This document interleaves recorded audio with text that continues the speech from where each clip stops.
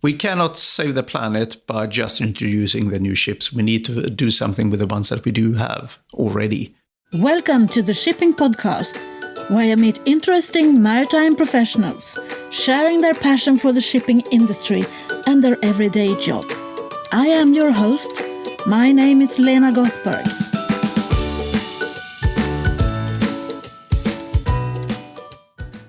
Hello, Shipping Podcast listeners, and welcome to the 130th episode of the Shipping Podcast. In this episode, I have invited my neighbor and friend to a cup of coffee at my kitchen table. Don't you worry, I live in a great neighborhood. I have invited the head of Lloyd's List Intelligence Consulting, Christopher Pålsson, to discuss the state of the maritime industry from an analyst's point of view. I always find it interesting to listen to Chris, and he challenged my mind like not a lot of other people. I hope you will enjoy our conversation about trade, geographic hotspots, and the order book. It was on January the 8th this year, 2020, that I invited Chris, just between the new sulfur regulations coming into force and the Brexit being formalized. I hope you will enjoy. Welcome to the Shipping Podcast. Could you please introduce yourself? Thank you very much. I'm Chris, or Christopher Pålsson, heading up Lloyd's List Intelligence Consultancy arm, based out of London, but positioned in Gothenburg, Sweden. And what is your background? 30 years spent in the maritime sector. Started very early as on a consultancy firm in Gothenburg, looking at both the industrial energy sides of things and the maritime sector, mostly tankers and bulkers back then. Started analyzing and forecasting the shipping and shipbuilding markets in the early 1990s. And I'm hooked ever since. Been doing pretty much the same thing for the past 30 years. So starting to get the hang of it. You got the bug. Yeah. So what education do you have? Is that a finance or business finance? No. I'm studying something called international economics. And then I discovered something called economic geography, inspired by a professor who was quite early in this, what we call the DASH discipline, economic and geography. Started looking at the geography behind trade. Why does trade occur? Why is a industrial activity located in a certain location? There usually is some explanation in geography as well as everything else, and how that connects through trade. And I was fascinated. Of course, the professor helped with that fascination. He was very, very enthusiastic, and that is something that is almost contagious. Mm. So that's how we started with economic geography, and I started to see the drivers behind the need for shipping, and I'm still there. I haven't advanced one inch in 30 years in that respect. So what can you say about trade to a rookie, to someone who's very young, a student? What are the drivers behind? And pretty much all economic activity within a country means that you need to both buy stuff for your production, and you find your customers somewhere. And anything that's outside of the borders requires transportation. And once you've sold something to a customer in another country, trade occurs. And pretty much every country in the world is very trade dependent, varying degrees, of course, but the link between economic activity and trade is very strong. The GDP measure, which is how we measure gross domestic product, is the measure we have for economic activity in countries. Two components of that is exports and imports. So there you have the link between trade and economic activity, and trade means transports. Shipping is a very big part of that, particularly on the longer hauls. So are there many people who have the same occupation that you have? No. No, there are very few people on the planet that are stupid enough to try to understand this. At least from a shipping perspective, I should say. There are, of course, very many brilliant macroeconomists around the world. But to take that into the transport sector, then there are rather few, because transport in a global sense, to a large extent, is about shipping. And I know quite a few of the ones that try to do this, and so it's a small number of people. Yeah, you have an association, if I'm correct. Yeah, there's something called the International Maritime Statistics Forum, which is sends a signal that is a forum for very nerdy and boring people. That is quite the contrary, actually. It is a bunch of people that are very, very switched on when it comes to the drivers for economic activity and trade around the world.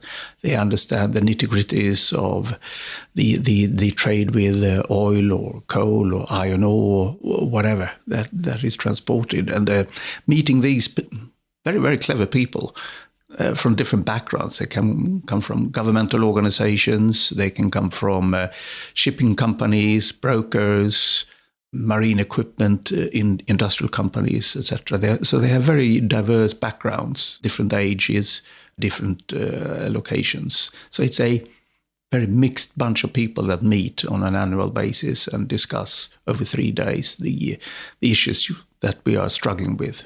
And it's been around for 50-odd years. Are there any females in that group? It is. When I joined this group in the late 1990s, I think I could count to 2. Now I would say that 45% or something like that.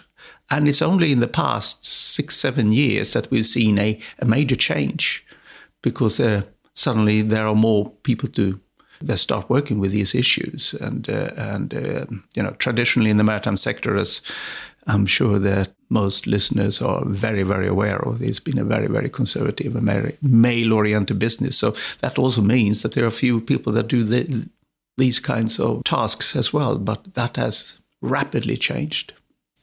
So how does it work? You do the analysis and then you...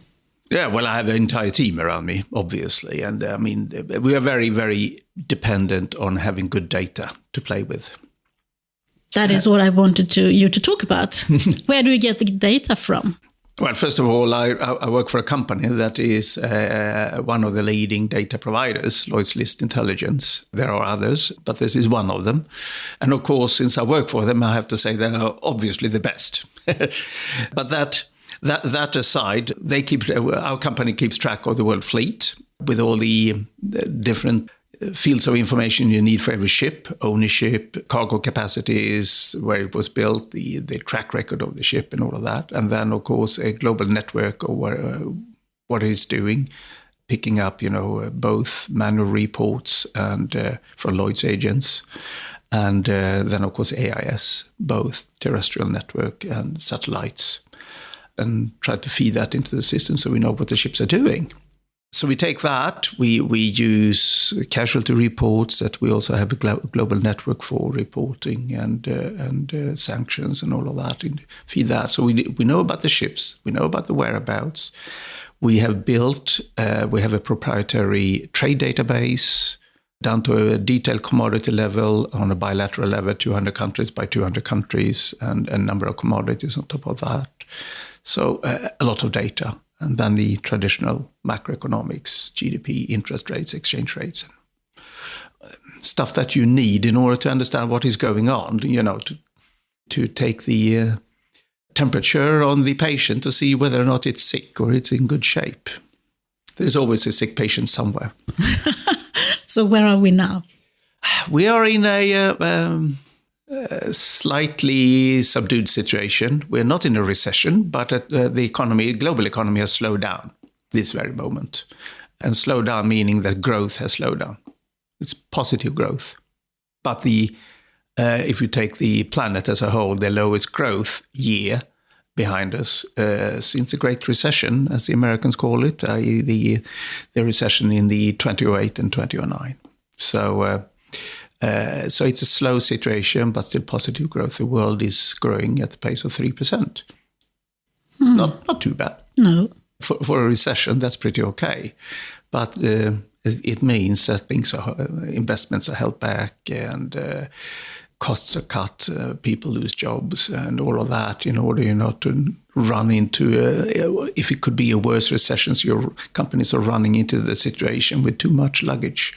So when everything starts slowing down, most industries and companies try to act early because it takes time, before cost cuts actually results in something that helps the situation.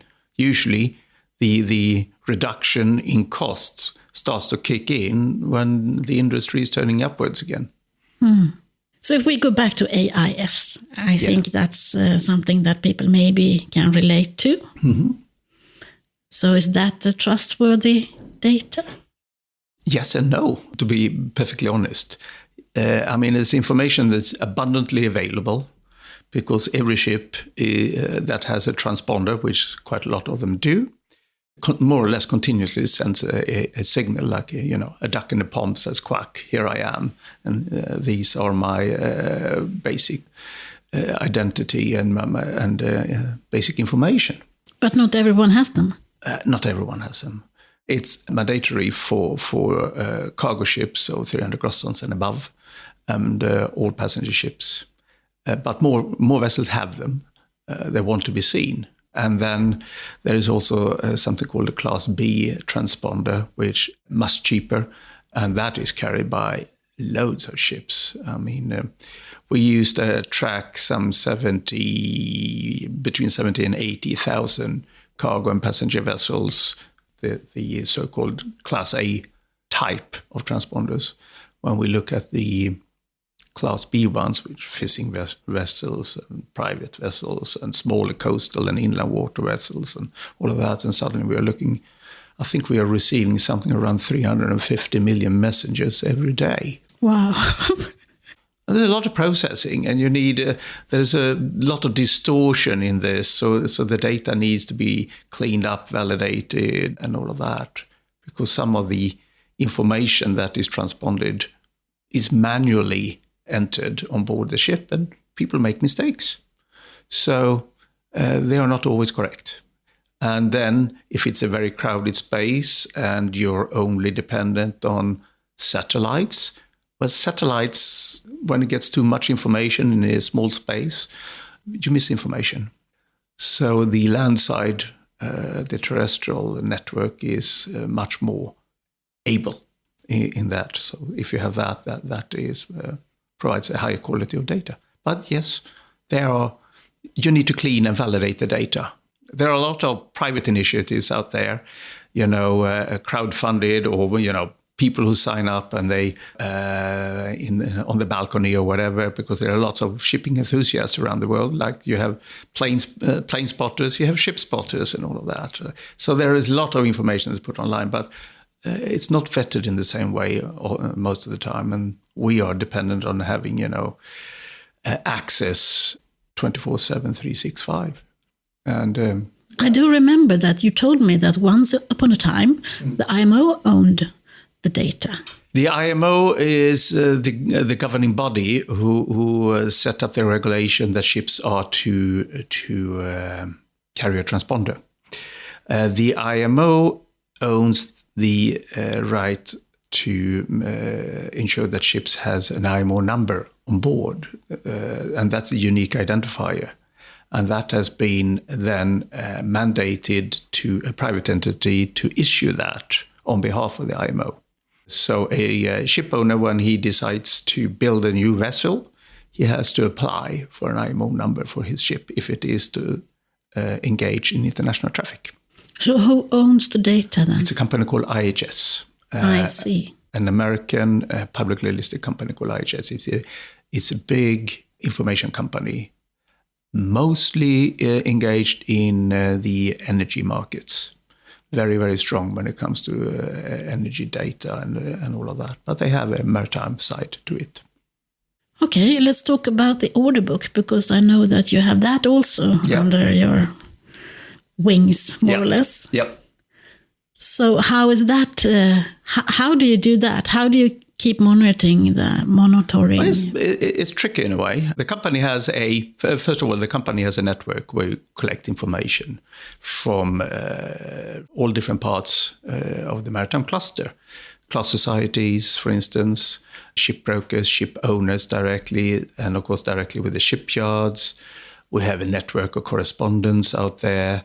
We work with flag states. All in all, for all our data, we work with around 1,500 different sources of information, and we try to consolidate that.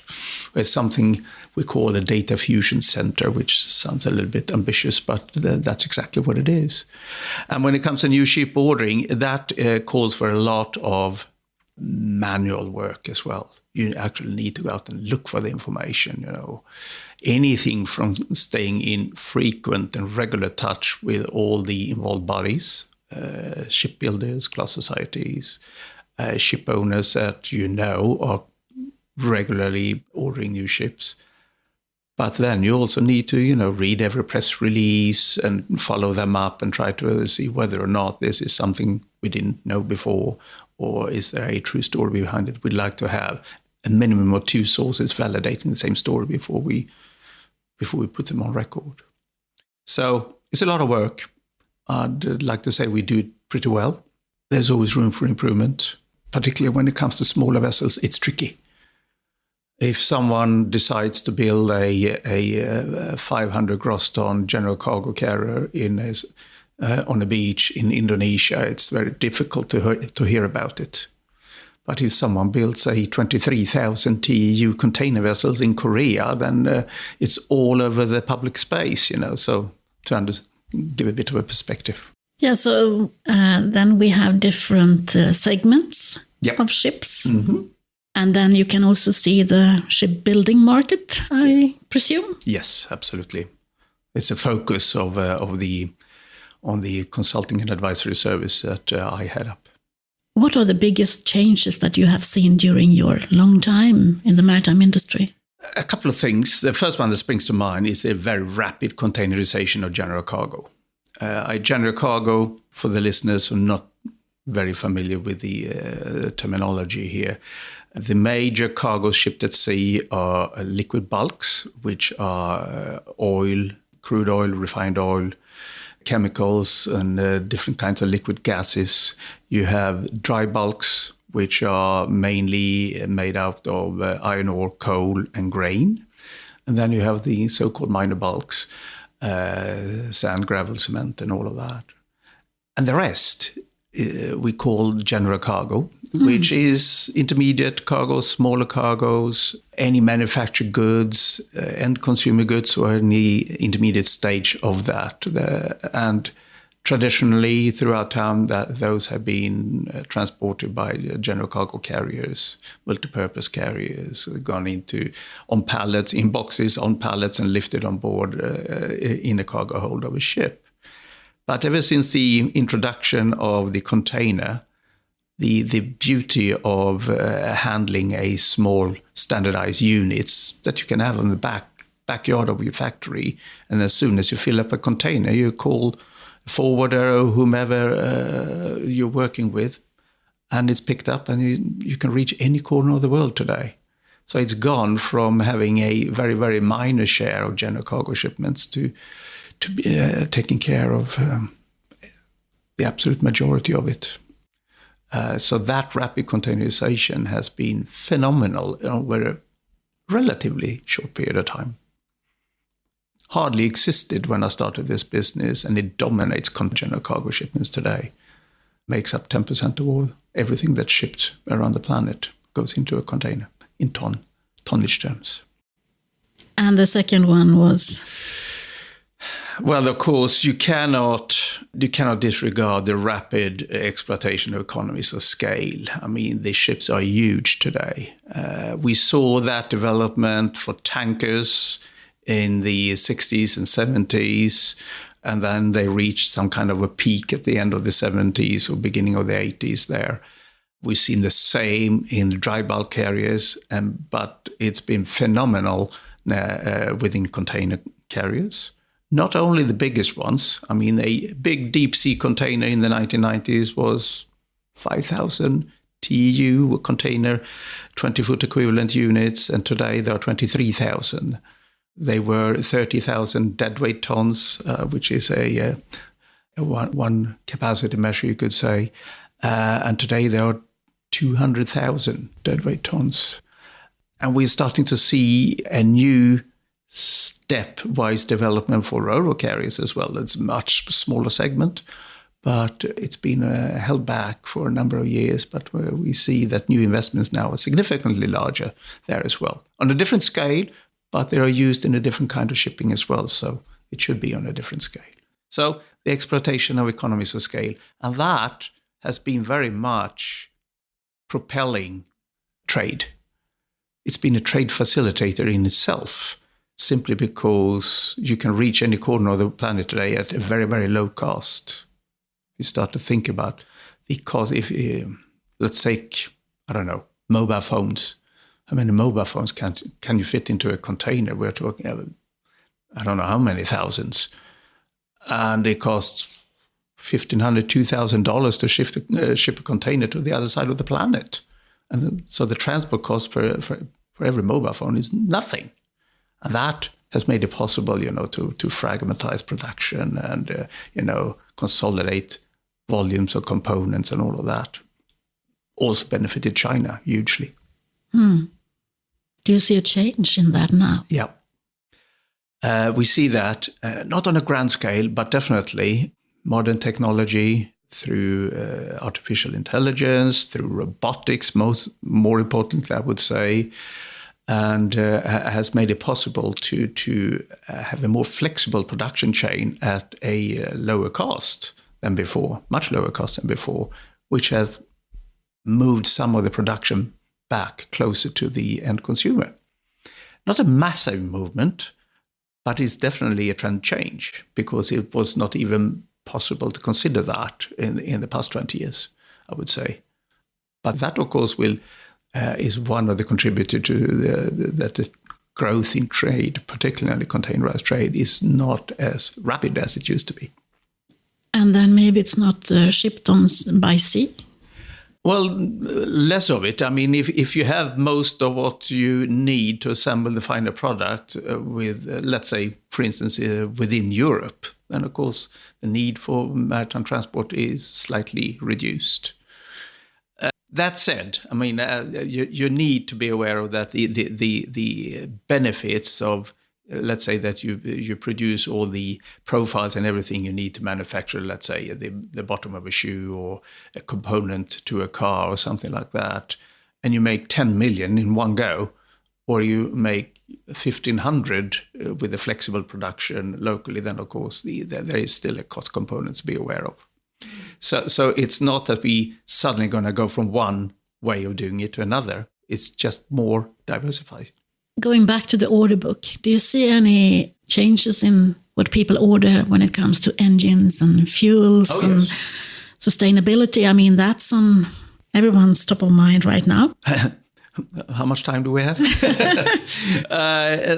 This is, there are many moving parts in this, obviously. On one end of the scale, you have the investor side, the CapEx side, who just wants to make sure that we have the technology that is compliant, that does a job in the most cost-efficient and cargo-efficient way possible. On the other end of the scale, you have the most environmental and most green, most future-proof way of doing things. And there is a balance in between these two, shall we say, two ends of the scale. And people position, or ship owners position themselves on different places on this scale with very good drivers and very good justifications for doing either or. Some are more daring and proactive. Others are taking one step back and being more conservative. And then it is a little bit whether or not it's private money or public money or whomever finances the whole thing. And the financing part of thing is then the shipping banks or shipping investors, financiers, have started to introduce something called the Poseidon principles, where they put one of the terms and conditions covenants is that the ship and the ship owner should be as green as possible.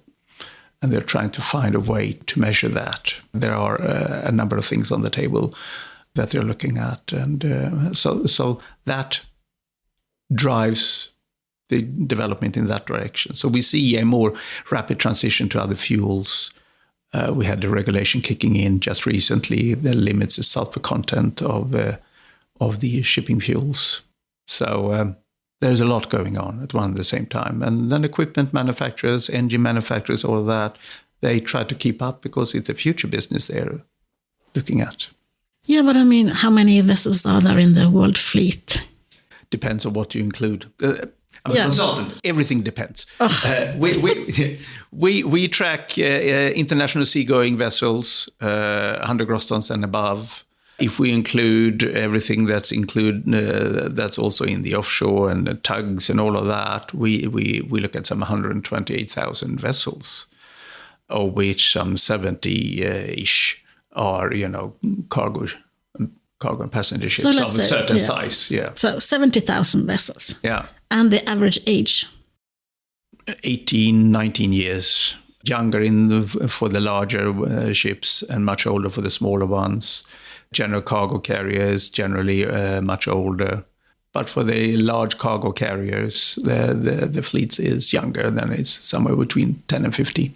My point is that to become green, either you need to build a new ship or you need to do something about the old ship, which isn't too expensive. We cannot save the planet by just introducing the new ships. We need to do something with the ones that we do have already, because exactly to your point, we have a fleet now, and a fair share of that one is going to be here 10 and 15 years down the line. So we need not only to do smart things with the new investments, we need to figure out things to do with the existing fleet. There are lots of clever things. Not all of them are financially justifiable, but we need to listen very much to our scientists to come up with good solutions. And how many ships are owned by the average ship owner? You almost got me there. The average ship owner, that depends. Sorry. Here we go again. It depends if you look at if you measure the average by cargo capacity or average by number. The average by number is a very small ship owner, probably 3 to 5 ships, I would say, or maybe even less than that. If we look in cargo capacity, maybe they have somewhere between 20 and 40 ships, 20 or 30. They are fairly large. I mean, the large container ship owners and operators, or large tankers and bulkers, particularly tankers. Yeah, but I think, if I can compare it to owning lorries or something on land, mm-hmm. Maybe I'm a family-owned business, and I have 10. If you say 3 to 5, but let's say 10. Mm-hmm. How can I keep up with the big boys who have 150 ships? With great difficulty. You need to carve out a niche. Every investment is so much more crucial to you. If you have 10 lorries, you should have a good spread between old and new ones. So because you probably have a higher profit margin on the older ones. Not a given, because it's fuel efficiency and all of that as well that could alter that. But I could have a good lorry driver. You could have a good lorry driver. Hopefully, being the average, you should have an average lorry driver. But there is a lot of, again, new technology that could help up the efficiency of the operations, efficiency operations of your ship, to reduce the average speed, to reduce the idle times, reduce the ballast legs, all of that. Modern technology can help you, to find another 5 or 10% in your operations, maybe even higher if you, depending on where you're on the scale when you start, really. Easier for some, more difficult from others. But if I was that lorry owner, mm-hmm. I could also call Volvo or Scania or someone and order a new one. Mm-hmm. I could do that on a website, probably. Yep. That's also a difference. It's a different, but you also need to wear, if you're the average ship owner, you are very much dependent on having a good relationship with your bank or your financing institution. And for the great majority, this is tricky. The terms and conditions for financing a new ship investments are pretty tough these days. It's only the privileged few ship owners that have a very, very strong balance sheet, that have a very long tradition with the bank, a positive tradition with the bank, that still exists. That has, because during the heydays there were maybe 250 or 220 shipping banks in the world. Maybe there are 20 today or something like that. So they are also very cautious. So new ship investment, difficult to finance for the average ship owner. So they need to tread very carefully. And that, again, holds new investments back. And the investment in new technology, also, it holds it back. But, there is no standard when it comes to building a new ship or ordering a new ship. No. Every ship is built by... Every ship is more or less unique. Yes, there are standard designs out there, but they step away from the standard design quite often in terms of, okay, they have the preferred suppliers.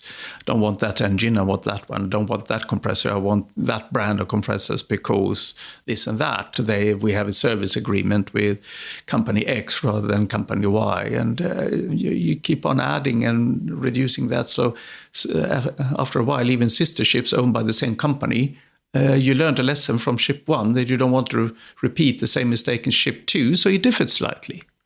And then, of course, these are big, monstrous constructions, and, it's difficult to make them 100% alike. How do you see the future then? I'm by nature a positive person. I think that the future is what we make it to, and everyone wants to have a better future than the past. So that is a positive drive. We see a lot of frightening geopolitical dark clouds, but on the other side, the world has never been friendlier. We need to remember that. We have never had so many countries in the world that trade with each other. Never, ever before. And with trade comes a better understanding. I think trade is a huge peace bringer. And so is, the direct impact on even the decision makers and the electors of our decision makers on their wallets, So that tends to influence the development of politics. So with that in mind, I'm a genuinely positive person. But we see, of course, protectionism comes and goes. And from a global perspective and from an economist perspective, more importantly, I should say that there is nothing positive about protectionism other than in the short term. It's like almost, if I may say so, peeing your pants. Nice and warm in the beginning. So how long will it take until we are a green industry? And when are we? What is the measure stick for a green industry? I can safely say that we are already a greener industry today than we were only a month ago. That's safe to say. We will start emitting a whole lot less sulfur into the air, which is very positive in many ways. It may have a negative impact on the cooling of the planet or the heating of the planet, but we are very much greener today. When we are a carbon neutral one, well, let's go to the targets that we have. 2050 is when we should be there. So let's say 2050 then. You are a consultant, so you don't want to say 2040? I don't think we can change anything around that quickly. Go back to the transition of the fleet. If the average age of the world fleet is 18, 19 years, most of the large cargo carrying producing most of the transport work, we are looking at 10, 11 years, some are 9, some are 12, at around that. And these ships will be around in 2030, 2035 as well, some of them. the majority of them. So unless we manage to change the way these ships are moving in a very radical way, we will not have changed everything to a carbon neutral or zero emissions or anything like that in that short time frame. No, I don't see that happening, but we're going to make huge progress in relation to history very rapidly.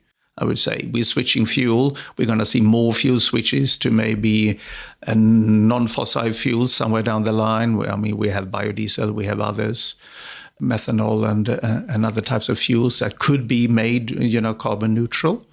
Difficult to fuel the entire world fleet on that, where the shipping fleet consumes some 4.5 million barrels per day of fossil fuels today. And the sheer scale of that is difficult to replace by something else just overnight. It takes time. We have to keep that in mind and be smart with other things that we do. And, if you take the step that we're taking now, if a ship owner runs his ship on heavy fuel oil and now switches to marine gas oil, low sulfur marine gas oil or low sulfur marine fuel oil, the average cost per ton has increased significantly, maybe $200, $250 per ton. And the biofuels is yet another $200 per ton step. And it's not available to replace everything, only a fraction of it as we have it today. And to change that around, it's not easily done. It takes time. So we need to have respect for time, to see that limit us in any way. Rather be, shall we say, rushed by the fact that we know that change takes time and try to run faster than ever before. It's still going to take time. So it sounds pessimistic, but I am actually optimistic that we're going to make this. But we're never going to make it 2030. We're going to make a huge change to 2030, but we are not going to save the planet until we reach 2040 or 2050.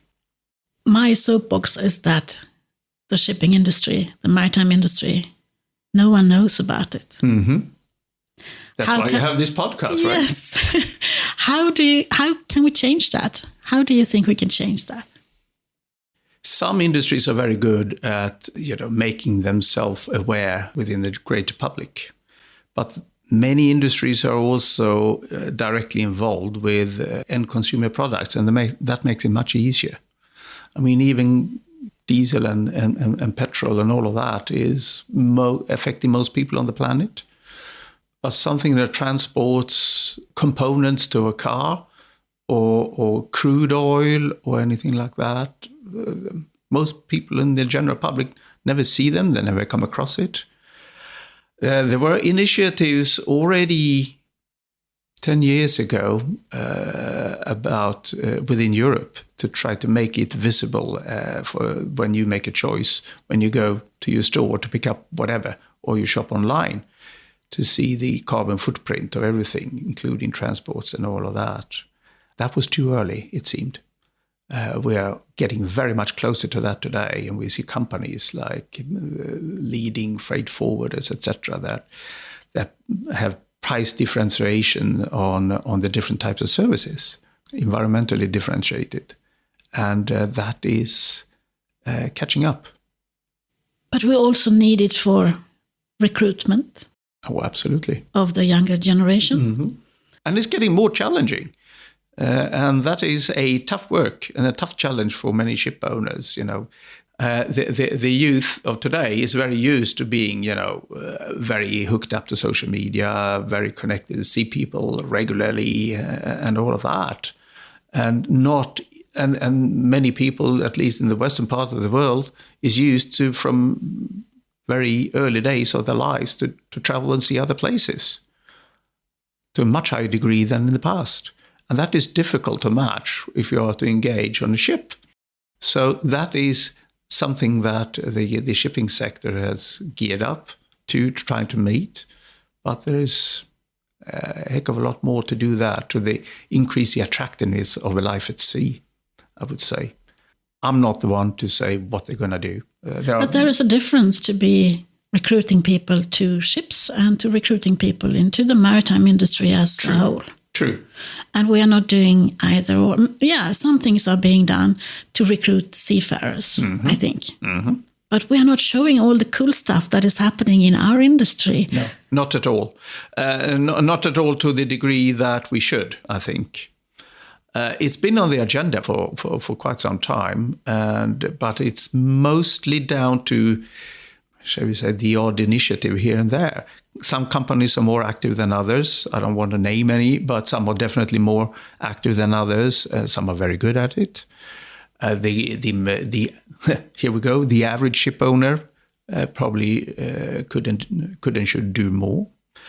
And we've seen some initiatives taken on the European level as well. The European Commission has recognized the need for it. They launched a number of initiatives in the past, but it's difficult to be seen and heard in the general buzz of information that is out there. So, in that perspective, I think we have hardly started. No, and I think I think it's high time that we do that. There is a lot of cool stuff, as you said, going on, but go out and put a microphone to people on the street, young people on the street. I would doubt that more than one or possibly 2 out of 10 could say name different types of ships. And that's where we are. And the first one they would say is probably a ferry, because that's the only ship they've seen. Yeah, it's because we live in Gothenburg. Well, if they ever have seen a ship, then they live in a coastal city or nearby the coast and they've been on a ferry. That's pretty much it. Yeah, but we also need it for our politicians. I mean, it's our governments that is sending representatives to IMO, for instance. Yeah, we have the politicians we deserve because we elected them. Yeah. Which is sometimes scary when you look around. But the maritime and the trade things on the political agenda, when politicians get elected, how often have you heard maritime transport being part of the electoral campaign? I cannot remember anyone mentioning anything about that. So it seen from the politician's side, it's difficult to win the votes by driving a maritime campaign or putting that part of your... Yeah, but trade, I mean, export and import and those things, they are creating jobs and... Exactly.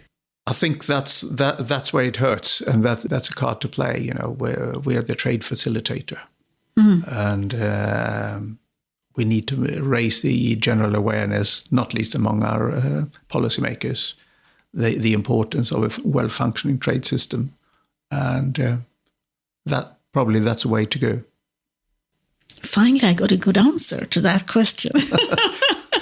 Took a while. It's not easily done, though.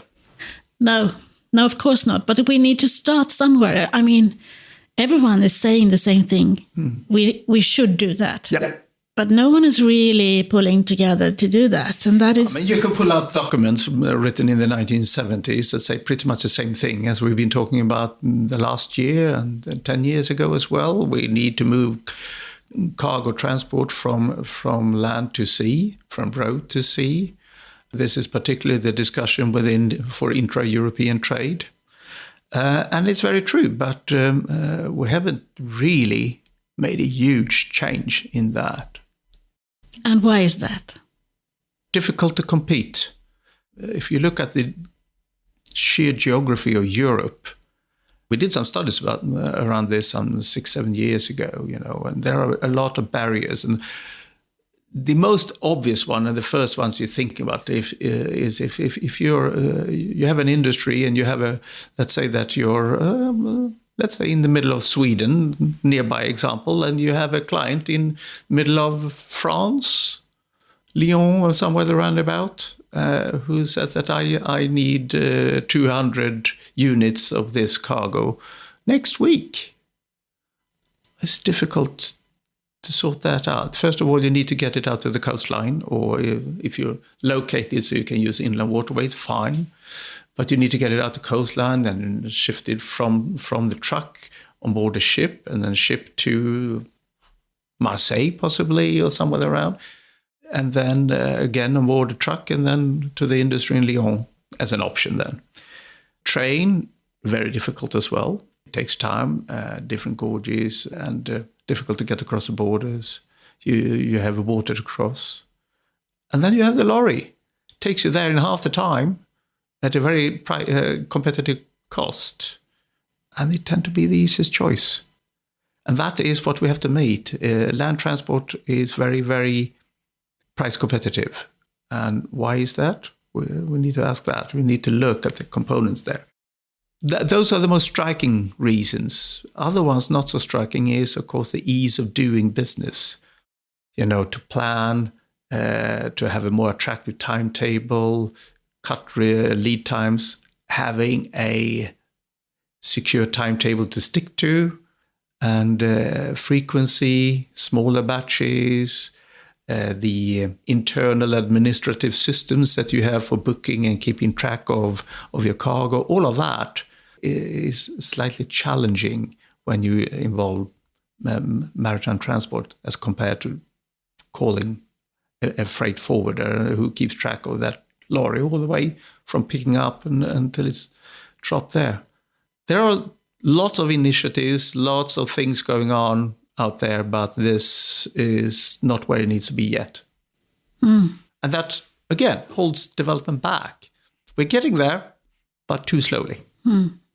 Can we finish with something about Brexit? What do you think? Working for a British company? Yes. I've asked my employees for the past 2 years, what's our Brexit plan? And it's usually a very, very short discussion. And that goes for every British company that I raised this with.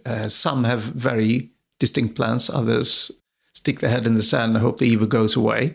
Well, it hasn't, and it seems to be very, very nearby right now. It is. Let's assume now that Brexit is going to happen. I mean, it's only 3 weeks for the due date, and then to the end of the year before we need to have another trade agreement in place. Regardless what that trade agreement looks like, it's going to mean higher barriers to trade, cost-wise, and paper handling and all of that. It's going to take more time, and it's going to cost more. Maybe not for exactly everything, but it's going to do that, and that's going to alter the trade volumes and who you do business with. That's for certain. And whether or not it's going to be disruptive, maybe not so much as we first feared, but it's going to cost more.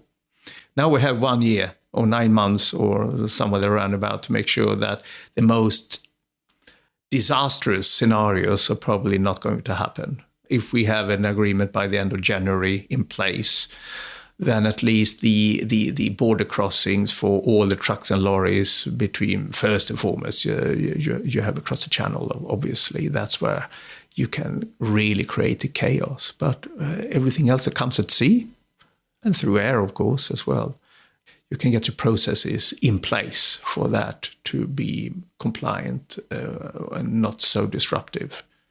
But where will it leave UK? I mean, where will it leave the UK as both as a country and they are an island. They are an island. They are very. They've obviously been. But they're more than one island. Yeah, exactly. Group of islands, and of course you have the Commonwealth and all of that. So, but let's talk about the UK per se. There is a risk that the economic growth is going to be slower than it would have been the case otherwise. The pro-Brexit campaigners argue that it's going to be not going to be the case, and there are going to be a lot of other benefits. My perspective is that I think that is more wishful thinking than a reality. I would assume that the growth prospects for the UK is going to be lower than before.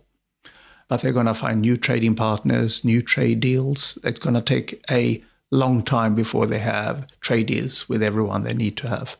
And in that process, it's going to cost them jobs, lack of investments in the UK. So there's going to be a transition period that's going to hurt them. So what are they exporting mostly from the UK? They export a lot of some high-tech things, cars, for instance. Some of the most flashy cars you can find on the planet. They are from there. Many of them owned by those companies owned by companies outside the UK. Energy, oil? Well, we have the energy sector, the oil sector.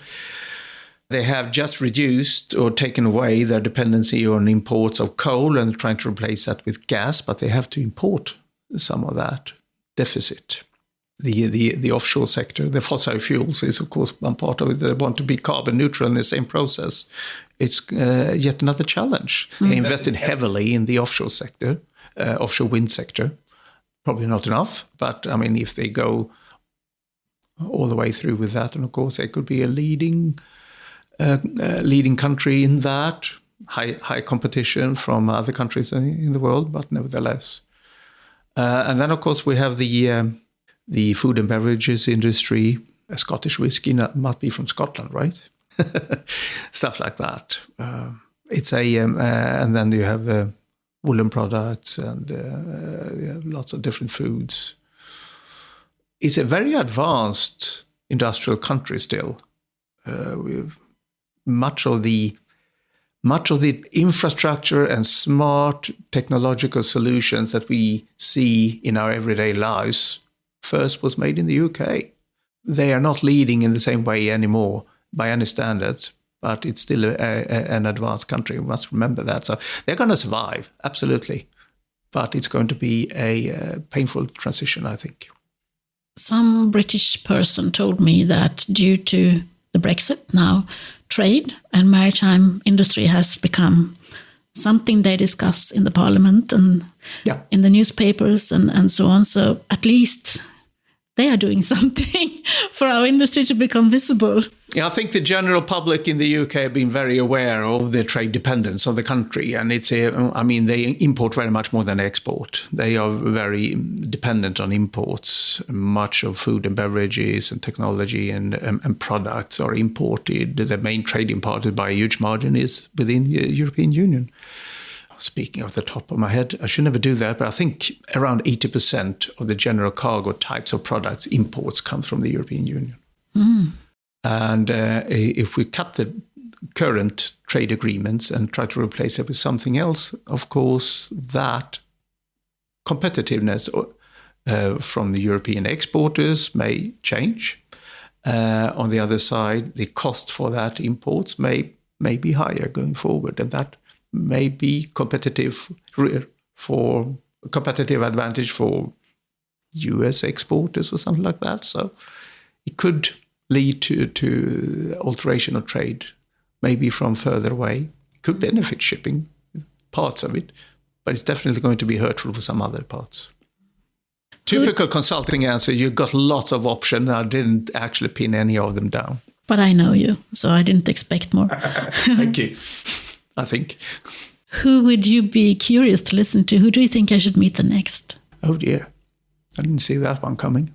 I think that you should be talking to someone, for instance, within Kühne+Nagel, which is using shipping as well as air and land transport and rail transport. They are a huge player. There are others, competitors to Kühne+Nagel, but off the top of my head, there is a guy there that has built a competitive pricing mechanism, as I mentioned before, called Kai Miller, that is a bit fascinating. They see, the environmental differentiation of transports and how shipping fits into the bag. Another one could be to speak with someone in the forest industry, like Magnus Svensson at SCA, for instance, to see how they look at, their approach to having a mixed bag of transport options, keep all of them alive in order not to be too dependent on either one, but still seeing very well, what is the most competitive and attractive to us. I think that approach is very, they should have a lot to say. Let's put it that way. Okay, I will try and track him down. Thank you, Chris, for taking the time to speak to me. It's a pleasure to be here. And see you soon again. Yeah, cheers. I hope that our conversation inspired you to learn more about trade, trade agreements, and everything else that is now on the front page of every newspaper. The next episode will be a solo episode with me. So if you have any suggestions what you want me to talk about, please drop me a line at hello@shippingpodcast.com or just come back at the next Shipping Podcast Friday and hear what I have to say. Until then, from me to you, over and out. Thank you for listening to the Shipping Podcast. Don't forget to tell everyone that you meet that there is a shipping podcast available and that they should download it and listen to the maritime professionals who are sharing their passion for the shipping industry.